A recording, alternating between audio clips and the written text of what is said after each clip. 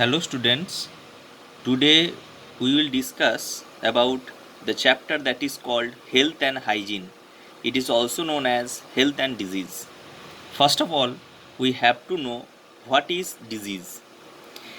Disease is a uncertain, unstable condition of the body that takes place maybe short or long time period. It is called disease. अगर बहुत दिनों तक हम कोई भी situation से सफ़र कर रहे हैं जिसमें हम लोगों का जो हेल्थ है वो प्रॉपरली काम नहीं कर रहा है, दैट अनस्टेबल लॉन्ग और short time situation is called disease. तो disease is also known as body health is impaired एक छोटा सा वर्ड है जो डिजीज़ को डिफाइन करता है.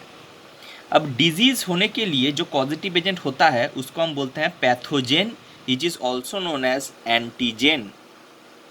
तो पैथोजेन और एंटीजेन को हम यहाँ पर बहुत सारा टाइप में डिवाइड कर सकते हैं. वायरस, बैक्टीरिया, पैरासाइट, फंगस, ये चारों तो कॉमन है हम लोगों का एनवायरनमेंट में. इन चारों को छोड़ के कोई भी डस्ट पार्टिकल हो या फिर पोलन ग्रेन हो, तो कोई भी चीज़ जो हम लोगों का बॉडी का हेल्थ को इम्पेयरमेंट बना देता है, that is called positive agent and that state of the body is called disease. अब आते हैं टाइप्स ऑफ डिजीज़. तो डिजीज़ को मैंने दो टाइप में क्लासीफाई किया है. एक का नाम है कम्युनिकेबल और इन्फेक्शियस डिजीज़, दूसरे का नाम है नॉन कम्युनिकेबल और non infectious disease. It is on the basis of spreadness, इसके ऊपर डिपेंड करते हुए मैंने इसका क्लासिफिकेशन किया है. फर्स्ट ऑफ ऑल, कम्युनिकेबल और इन्फेक्शियस मतलब जो एक पर्सन से दूसरा पर्सन में इजीली ट्रांसमिट कर सकता है. जैसे nowadays corona virus transmit from one person to another person or another communities also in a very short time period. That's why coronavirus is also under in communicable disease. तो इसका और भी example क्या क्या हो सकता है? Small pox, allergy, common cold, measles, ये सब कुछ और बहुत सारा डिजीज़ है जो एक पर्सन से दूसरा पर्सन में इजीली ट्रांसमिट कर सकता है. अब आते हैं नॉन कम्युनिकेबल डिजीज़. इसका मतलब जो एक पर्सन से दूसरा पर्सन में स्प्रेड नहीं करता, मतलब जिसको हुआ है उसका बॉडी में ही रहेगा. Such as melano cancer, tuberculosis जिसको हम इन शॉर्ट टीबी बोलते हैं, एनीमिया मतलब बॉडी में ब्लड कम हो जाना, jaundice, yellow discoloration of eye, whole body tissue as well as urine. तो ये सब डिजीज़ क्या होता है, जिसका बॉडी में हुआ है सिर्फ वही सफ़र करता है, उसका आसपास जो लोग हैं उसको उतना इफेक्ट नहीं होता. तो अब आते हैं types of disease on basis of its nature और लॉन्जिबिलिटी. इसके ऊपर हम दो टाइप डिवाइड कर सकते हैं. एक का नाम है एक्यूट, दूसरे का नाम है क्रॉनिक. एक्यूट वर्ड का मतलब है शॉर्ट टाइम पीरियड तक रहता है. तो शॉर्ट टाइम पीरियड कितना दिनों तक मानेंगे sir? Short time period near about 2 weeks, इतना दिन तक, या फिर 1 वीक, मतलब 1 से 15 दिन के बीच में अगर कोई भी डिजीज़ में तुम सफ़र कर रहे हो तो उसको हम बोलते हैं एक्यूट डिजीज़. 15 दिन से मोर अगर होता है तो लॉन्ग टर्म के लिए उसको हम बोलते हैं क्रॉनिक डिजीज़. तो एक्यूट डिजीज़ के अंदर कौन कौन पड़ता है? कॉमन कोल्ड पड़ता है, कोई भी फ्लू पड़ता है, इन्फ्लुएंजा पड़ता है, तो they are all called acute disease. Chronic disease में कैंसर, टीबी, मलेरिया, टाइफॉइड, ये सब 2 हफ्ते से ज़्यादा लगता है पर्सन को क्योर होने में, that's why they are called chronic disease.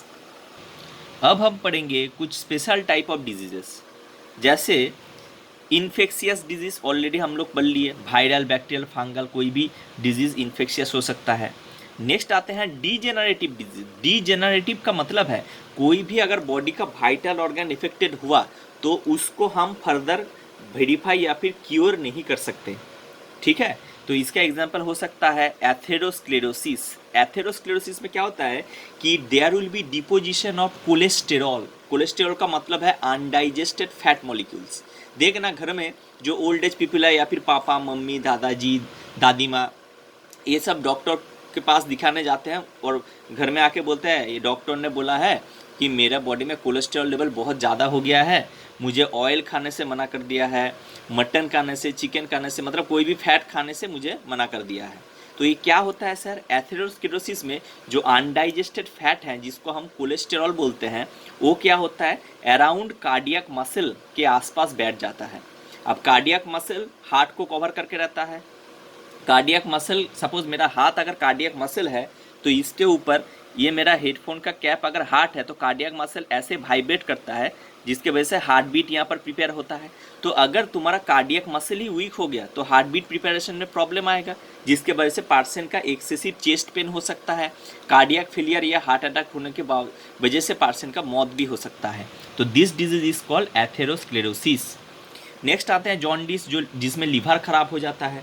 Jaundice में क्या होता है, बाहर का एक्सेसिव जंक फूड खाने की वजह से पर्सन का yellow discoloration of eye, then skin, then urine, ये पूरा सिस्टम येलो कलर का हो जाता है, क्योंकि लीवर से बाइल पिगमेंट, जिसका और एक नाम है बिलीरुबिन, तो बिलीरुबिन येलो कलर का सब्सटेंस है जो सबसे ज़्यादा रिलीज करता है, जो लीवर का मैकेनिज्म जो है फैट डाइजेस्ट करना उसको रोक देता है, जिसके वजह से पर्सन के बॉडी में जो डिजीज अपेयर होता है उसको हम बोलते हैं जॉन्डिस। नेक्स्ट आते हैं जेनेटिक डिजीज।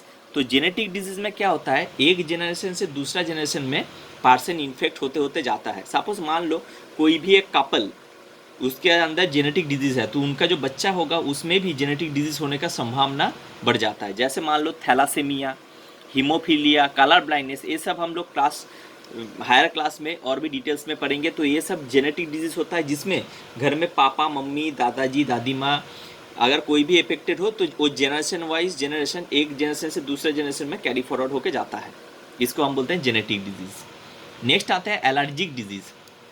एलर्जिक डिजीज को, इसका जो पॉजिटिव एजेंट है इसको हम बोलते हैं एलर्जेन। तो एलर्जेन कोई भी हो सकता है, डास्ट हो सकता है, वेजिटेबल हो सकता है, पोलन ग्रेन हो सकता है, कोई भी पैथोजन हो सकता है। तो एलर्जेन क्या करता है, हम लोगों का बॉडी में अटैक करने के बाद पर्सनली कौन सा सेल को अटैक करता है, उस सेल का नाम है मास्ट सेल, जो हम लोगों का बोन मैरो में है। बोन मैरो मतलब in between the two bones. तो उसमें अटैक करने के बाद ये दो केमिकल रिलीज करता है, एक का नाम है हिस्टामिन, दूसरे का नाम है सेरोटोनिन। तो ये दोनों कंपाउंड का काम क्या है सर, इओसिनोफिल डब्ल्यूबीसी लेवल को घटा देना। इओसिनोफिल डब्ल्यूबीसी लेवल कम हो जाएगा तो क्या प्रॉब्लम आएगा सर, इओसिनोफिल हम लोगों का बॉडी में एंटी एलर्जिक प्रॉपर्टी करता है, तो ये अगर कम हो गया तो ऑटोमेटिकली तुम्हारा बॉडी में एलर्जी अपीयर होगा, and that's why allergy appears. जैसे कि मान लो एस्थमा, हे फीवर, ये सब एलर्जिक डिजीज़ है जिस, और ये सब छोड़ के भी जैसे हम लोगों के बॉडी में एलर्जी के वजह से हार्म हो सकता है, और भी अदर डिजीज़ है जो एलर्जी की वजह से होता है, तो हम लोगों को एंटी एलर्जिक ड्रग खाना है। उस एंटी एलर्जिक ड्रग में क्या रहेगा सर, एंटी हिस्टामिन और एंटी सेरोटोनिन रहेगा, जो इन दोनों का सीक्रेशन को रोकता है। नेक्स्ट आते हैं STD, which is also called sexually transmitted disease. तो आजकल के दौर पे पूरा वर्ल्ड वाइड ये बहुत एक खतरनाक बीमारी है STD। कोरोना तो मान लो अभी नया आया है, इस साल आया है जो खतरनाक बीमारी है, लेकिन कोरोना से पहले भी और एक खतरनाक बीमारी था, अभी भी एग्जिस्ट करता है, जिसका नाम है STD, जिसको हम सेक्सुअली ट्रांसमिटेड डिजीज़ भी बोल सकते हैं। इसके पीछे 3 कारण है। पहला, अनप्रोटेक्टेड सेक्सुअल इंटरकोर्स। तो कोई भी एक कपल विदाउट कोई भी प्रोटेक्शन के अलावा अगर सेक्सुअल इंटरकोर्स करता है तो उसमें ये STD फैलने का चांसेस बहुत ज़्यादा होता है। सेकेंड कारण है blood transfusion from affected person to normal individual. Suppose मान लो I am suffering from STD, मैं अगर दूसरा कोई सुस्त स्वाभाविक पेशेंट को अगर ब्लड देता हूँ तो मेरे बॉडी से उस STD का पॉजिटिव एजेंट उस नॉर्मल पर्सन का बॉडी में चला जाएगा, तो वो भी इफेक्टेड हो जाएगा। And third point is use of razors, blade, syringe. ठीक है, देखना तुम सैलून में जब जाओगे हेयर कटिंग करने के लिए तो वहाँ पर हमेशा रेजर वगैरह जो है, ब्लेड वगैरह है, वो चेंज करके दिया जाता है। क्यों? क्योंकि गवर्नमेंट का नियम है, अगर तुम यूज्ड रेजर एंड सिरिंज या फिर नीडल्स बार बार यूज़ करते रहोगे तो क्या होगा, कोई भी पर्सन का बॉडी में अगर STD है तो एक पर्सन से दूसरा पर्सन में ट्रांसमिट कर जाएगा। तो दैट्स वाई ये नहीं किया जाता है। अगर हम क्लासिफिकेशन करें STD का तो 2 टाइप में डिवाइड कर सकते हैं। एक का नाम है वायरल, दूसरे का नाम है बैक्टीरियल। तो वायरल के अंदर पड़ता है hepatitis B, AIDS, and bacterial के अंदर पड़ता है सिफिलिस एंड गोनोरिया। ठीक है, इसमें से जो वायरल के अंदर पड़ता है हेपाटाइटिस B, ये एक बच्चा जन्म होने के बाद पहला वैक्सीन उसके बॉडी में जो इंट्रोड्यूस किया जाता है वो है हेपाटाइटिस B वैक्सीन, और हेप वैक्सीन भी बोलते हैं। देखना हम लोगों का लेफ्ट हैंड के ऊपर की तरफ, मतलब लेफ्ट आर्म में एक बार्थ मार्क जैसा एक गोल मार्क रहता है, किसी का लेफ्ट आर्म में रहता है, किसी का बटक में रहता है।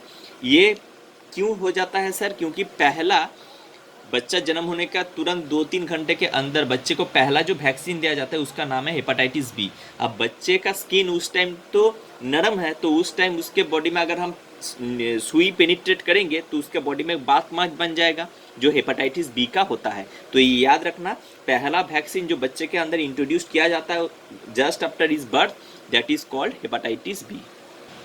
हेपेटाइटिस बी में सबसे मेन प्रॉब्लम क्या आता है कि ये डायरेक्टली लिवर को अटैक करता है। लिवर को अटैक करते हुए लिवर से बाइल जूस रिलीज करना बंद कर देता है। बाइल जूस का काम है हम लोगों का बॉडी में फैट डाइजेशन में एक मेन रोल प्ले करना। तो तुम्हारा बॉडी से अगर बाइल जूस रिलीज नहीं होगा तो फैट डाइजेशन में प्रॉब्लम आएगा। तो हेपेटाइटिस बी अगर इफेक्ट होता है तो तुम्हारा फैट डाइजेशन में बहुत दिक्कत आ सकता है।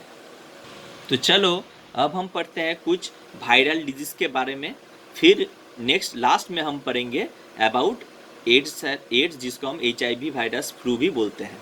तो पहला आता है कॉमन कोल्ड वायरल डिजीज़ में। तो इसका टाइप है वायरल डिजीज़, पॉजिटिव एजेंट है इसका राइनो वायरस। इंक्यूबेशन पीरियड मतलब कोई भी पैथोजन तुम्हारा बॉडी में कब घुस रहा है एंड कब वो डिजीज़ अपेयर करता है। तो एक इंक्यूबेशन पीरियड मतलब पॉजिटिव एजेंट जब घुस रहा है उससे जितना दिन तुम उस डिजीज में सफ़र कर रहे हो, ये टोटल टाइम पीरियड को हम बोलते हैं इंक्यूबेशन पीरियड। तो जनरली कॉमन कोल्ड में हम मैक्सिमम 3-4 दिन ही सफ़र करते हैं, तो इसलिए मैंने इन जनरल 1 to 3 डेज लिखा है, 1-2 दिन इधर उधर हो सकता है। सिम्टम्स में क्या है, नाक से पानी निकलता है जिसको हम नेजल डिस्चार्ज बोलते हैं। सोर थ्रोट मतलब जो हम लोग का लिप्स है वो सूख जाता है। Low grade fever 100 degree Fahrenheit के ऊपर बॉडी टेम्परेचर नहीं जाएगा, हेडेक रहेगा। तो these are the basic things symptoms जो कॉमन कोल्ड में देखा जाता है। इसका ट्रीटमेंट हम एंटीबायोटिक लेते हैं, सपोज मान लो कोल्डेड टैबलेट या फिर सेट्रिजीन। तो ये जो सेट्रिजीन है ये सब एंटीबायोटिक है, लो स्पेक्ट्रम एंटीबायोटिक जो हम कॉमन कोल्ड में जनरली यूज़ करते हैं। नेक्स्ट आते हैं स्मॉल पॉक्स के बारे में। ये बहुत डेडली डिजीज़ है जिसका पॉजिटिव एजेंट है पॉक्स वायरस। टारगेट ऑर्गन है स्पेशली स्किन पे ही अटैक करता है। इंक्यूबेशन पीरियड है 10 से 12 दिन, ज़्यादा भी हो सकता है, कम नहीं होगा, ज़्यादा ही हो सकता है। तो पॉक्स वायरस में जो है कि स्मॉल पॉक्स सबसे डेंजरस डिजीज़ है जिसका सिम्टम्स क्या क्या हो सकता है, एलर्जिक इन्फेक्शन होगा पूरा बॉडी में, रेड पैचेस पूरा बॉडी में लाल लाल पैच हो जाता है, और क्या होता है इचिंग होता है, बहुत फीवर रहता है, बॉडी वीकनेस हो जाता है। तो पॉक्स जनरली सबको होता है, पूरा लाइफ पीरियड में सबका बॉडी में पॉक्स होता है। तो इसका ट्रीटमेंट हम एंटीवायरल एंटीबायोटिक ड्रग से कर सकते हैं। अब क्वेश्चन आता है कि बहुत सारा लोग बोलता है कि एक बार अगर तुम्हें पॉक्स हो जाए तो दूसरी बार पॉक्स होने का चांस नहीं रहता। मैं बोलता हूँ नहीं, चांस रहता है लेकिन वो बहुत कम है। क्यों? क्योंकि सर पॉक्स वायरस जब इतना दिन हम लोगों का बॉडी में रह रहा है तो हम लोगों का बॉडी क्या करेगा, इस वायरस के अगेंस्ट में धीरे धीरे एक इम्यूनिटी सिस्टम डेवलप करेगा, जिसके वजह से वो इम्यूनिटी जब फुल फेज में डेवलप कर जाएगा तो सेकेंड टाइम ये वायरस जब अटैक करता है तो due to development of that immunity तुम्हारा बॉडी में second time pox virus appear नहीं कर पाएगा। That's why second time pox होने का चांसेस हो जाता है बहुत कम। ओके